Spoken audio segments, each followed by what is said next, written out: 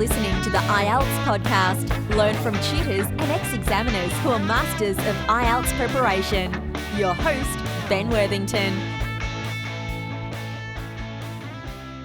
Hello there, IELTS students. In this tutorial, we are specifically looking at how to use percentages in Academic Task 1. This tutorial will help you because we're going to focus on not only the language, but also the formula. Now, if you've got the language, that's extremely useful, but if you've got the formula, you are better equipped to face most of the tasks, and that's what I'll be sharing with you later on.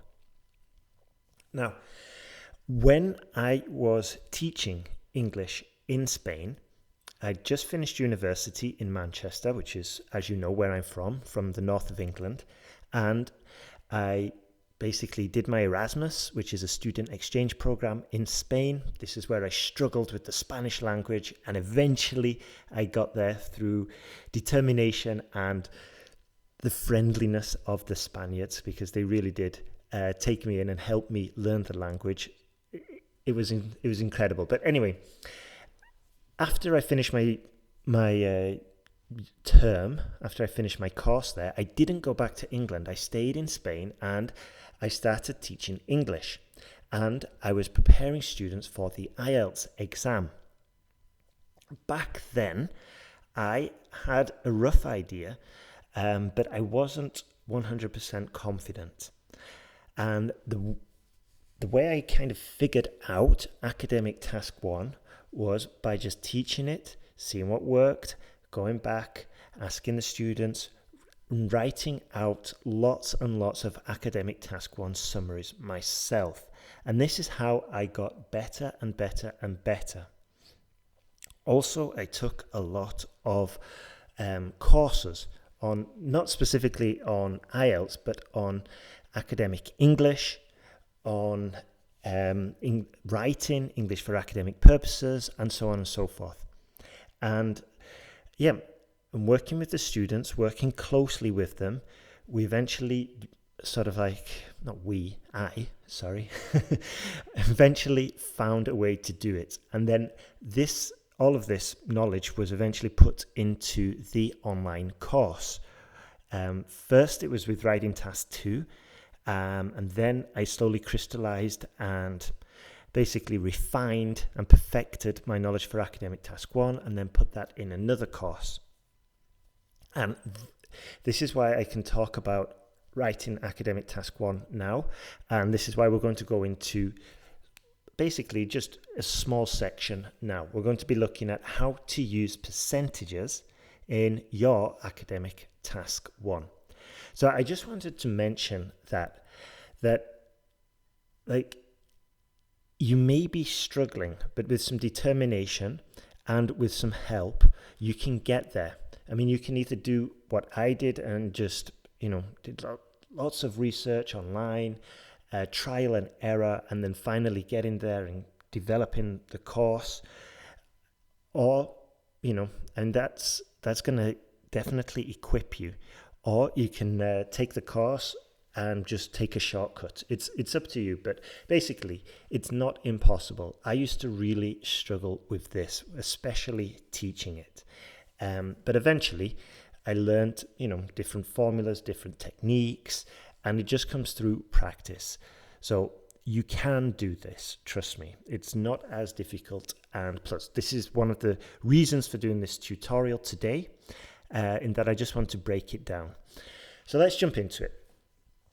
Now, the aim of this class, of this tutorial right now, is just to help students who are not as equipped with describing these rubrics, describing these graphics, pie charts and flowcharts, specifically pie charts in this tutorial. Now, with this skill, it's not just a case of repeating the numbers that you see in front of you. Over and over again, I used to see students describing Academic Task 1 pie charts by actually just basically reproducing what they saw in front of them. And this is wrong, because the goal of academic task 1 is basically you need to interpret that data, understand that data, and then you summarize it like it says specifically in the task. So it's really important to interpret and then summarize. We are not just communicating it from left to right. We are basically, we've got to sort of like digest it, eat it, digest it, and regurgitate it. And that was a beautiful, a beautiful analogy. It's the only one that came to mind. Anyway, just to cut a long story short, this is an English language exam, okay? And the aim is to examine the extent of your vocabulary, of your lexical resource. And coincidentally, this is what we are using in the speaking challenges. Daphne is making a new speaking course, or together, Daphne and I, and one of the key challenges that we are going to give is the ability to sort of like give instructions, to debate, and to explain abstract concepts, because these are all challenging your use of the English language. And specifically in IELTS Academic Task 1, we're looking at interpreting and summarizing the data. Now, in front of me, I have a pie chart. I'm going to give you the basic description, okay? And I want you to try and identify what is wrong with the description. I will start. This chart shows that 25% of household income is spent on food and 25% on education. 13% is spent on clothes and 12% is spent on transport. 8% is spent on a mixture of household and personal items and 5% on power. That leaves households with just 15% to save. Hopefully you saw what was wrong with this description. First of all, it's not very exciting at all. If you didn't fall asleep, well done to you. But basically, if you write a description like this, then it shows very little of your skills. Also, you will have hopefully identified that the words spent and percentage run right through the paragraph and basically just explain what can be seen from the get-go. You know, if I just look at this graph, I can see exactly what has been described. Now that might sound confusing, okay?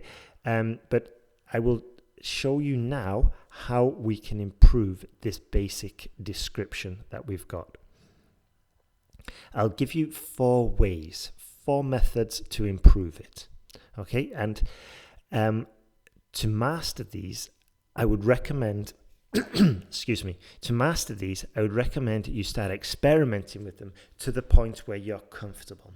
Now, how do you experiment? Well, you write out your own reports, you check them, and you can either get somebody else to give you feedback, or you can send them into our service and we can give you feedback and we can guide you on how to improve. Let's have a look. The first point that I want to show to help you to improve your score is to start introducing comparisons. For example, we could say householders spent 25% of their household income on food.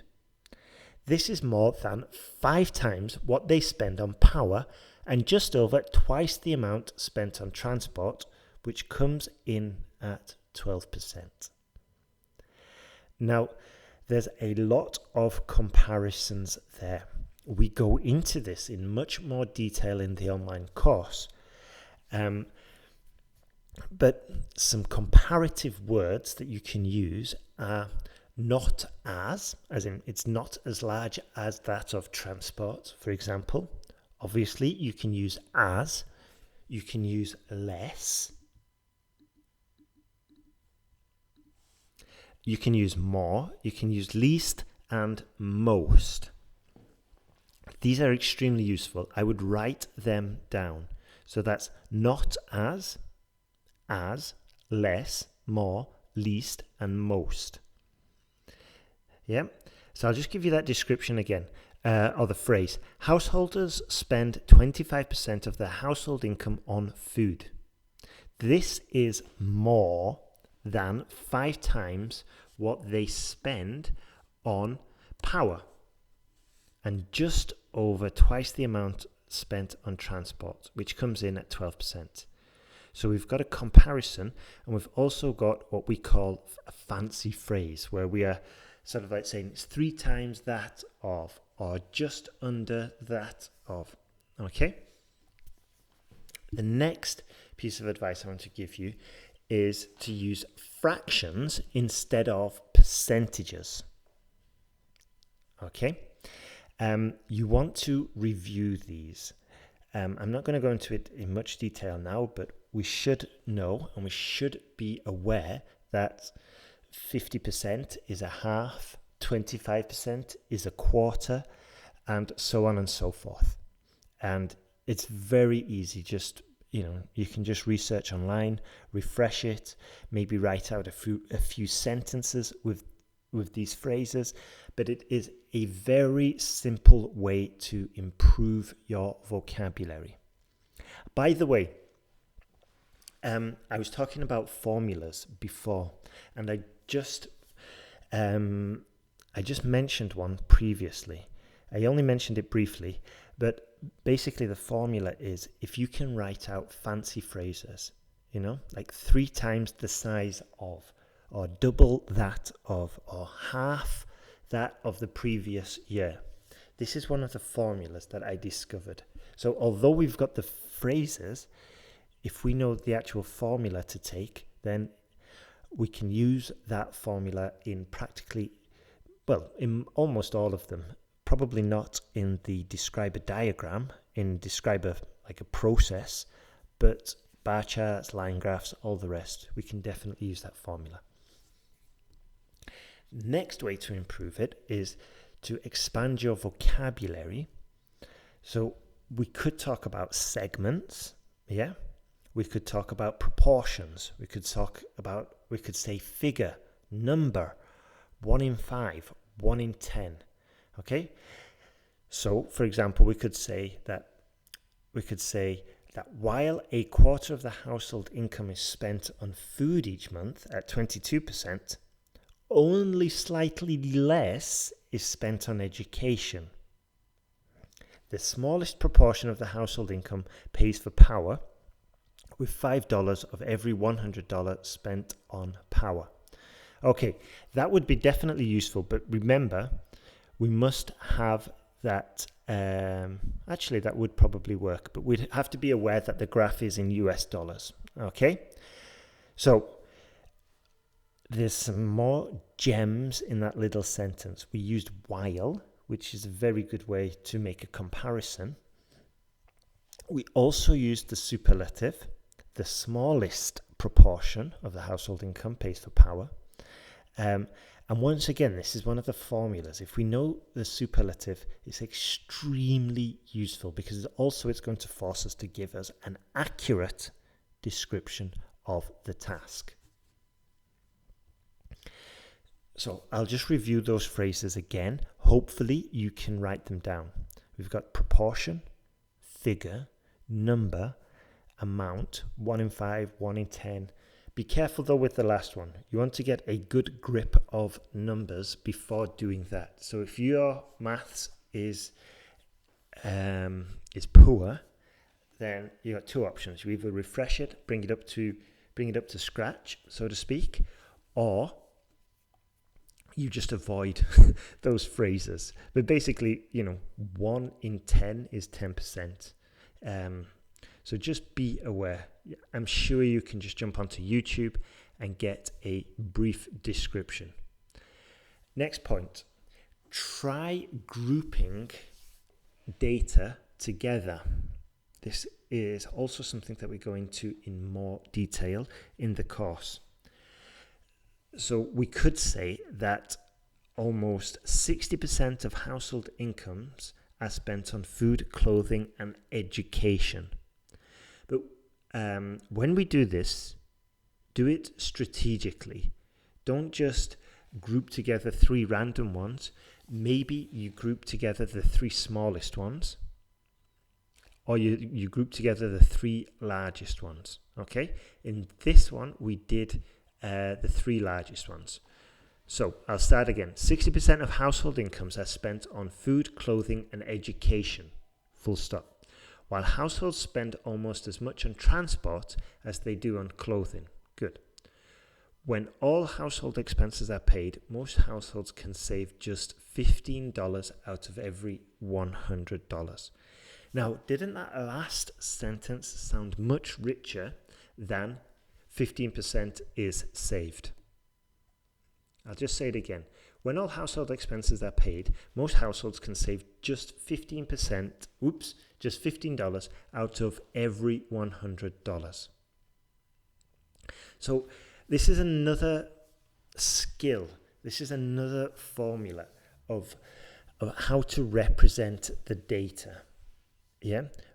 For example, if we've got a line graph, we could say after the whole year, just December has the lowest amount, okay, at 200,000 metric tons, or whatever the graph says. So this is another useful formula. Now then, here, it's a shame we don't have a video here, but there is, when you go to the IELTSPodcast.com, you can just put into Google IELTS Podcast, how to use percentages in academic task 1. And we have a chart there. It's quite straightforward. And it shows how people commute to work in New York. So we've got basically 42% take the subway. So instantly, I could say that almost 50%, or almost half, yeah, and I'm going to use my fancy sentences. Almost half of passengers, half of New York residents, almost half of New York residents take the subway to work. Maybe it's a bit generous because it's only 42%, but it's fine. It's fine. I'd probably just clarify it. Almost half, brackets 42%, take the subway, while a quarter while a quarter drive alone. Now, here's a bonus tip, and these kinds of tips that I'm about to give you now only come when you've corrected over hundreds and hundreds of academic task 1 essays, which I have definitely done. So this tip is basically, when you start your sentence, if you're starting it with fractions, make sure you continue using fractions throughout that sentence. Don't mix don't mix like pure number like 42%, whereas a quarter catch the train, for example. Don't mix it because it's just not good style. What you want to do is start a sentence using fractions, finish the sentence using fractions. Then in your next sentence, maybe you use your fancy sentences.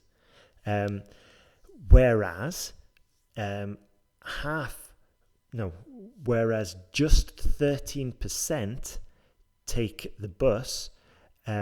Similarly, 11% walk. Okay? This way, it's just good style. It's just good style. Also, what is good style is it might not be the case with the pie chart, but possibly grouping the information and explaining the information as you see it. This is definitely useful for bar charts and for line graphs. And just working from one end and working through, rather than jumping, for example, starting at September, then going back to January, and then finishing in October. That's just ridiculous. So these kind of points you can learn yourself through trial and error, or you can basically learn through all the essays that I've corrected and all the hours that I put in and discovered these, researched these, tested these, and then put it all into the Academic Task 1 course. Now, if you are struggling with the IELTS exam, then I recommend you go to IELTSPodcast.com, start getting help, invest in yourself. It's basically cheaper to invest in yourself rather than take the exam numerous times, rather than gamble if you're going to pass this time. Also, remember, if you're in lockdown at the moment and your IELTS test centre is also closed and your exam has been suspended, you've got two options. You can either degenerate to your lowest habits. That sounded horrible. And this is something that I think I was guilty of doing the first 2 weeks of lockdown. I really was in a slump. Or you can up the level, up your standards. And I think this is the healthiest way. This is eventually what I started to do. Basically, my friend, as soon as lockdown started, she said, right, I'm going to do 100 days of sport every single day. Drew a big chart, crossed out every single day that she did sport. And and I think we should be doing the same with our IELTS preparation. We can either degenerate into sitting on the couch, watching YouTube, watching Netflix, whatever, or we can up our standards and really invest in ourselves so that when the test centres open, and it is a when, it's not if, when the test centres open, then we are supremely prepared. We've invested in ourselves. We took the best of the situation. We made the most of the situation, and now we're pretty confident we are going to get that band 7 or higher. Just one last thing before we finish. Remember to sign up at IELTSPodcast.com. There's free IELTS materials when you sign up. Also, you'll get on the email list where I send special offers. Also, download the new IELTS podcast apps. I would recommend these because not only do you get some more special offers, but you also get the transcript, which is extremely useful. You can watch the whole, listen to the whole tutorial while actually reading, and this helps you with your pronunciation. And it's especially useful as well if you're having difficulty understanding me. And I'm a native English speaker. I speak slightly slower than most native English speakers because I'm usually not speaking with native English speakers because I live abroad. However, it's still a good guide. That's it from me today. Good luck with your IELTS preparation, and remember just to keep moving, keep studying, and you will get there. Take care.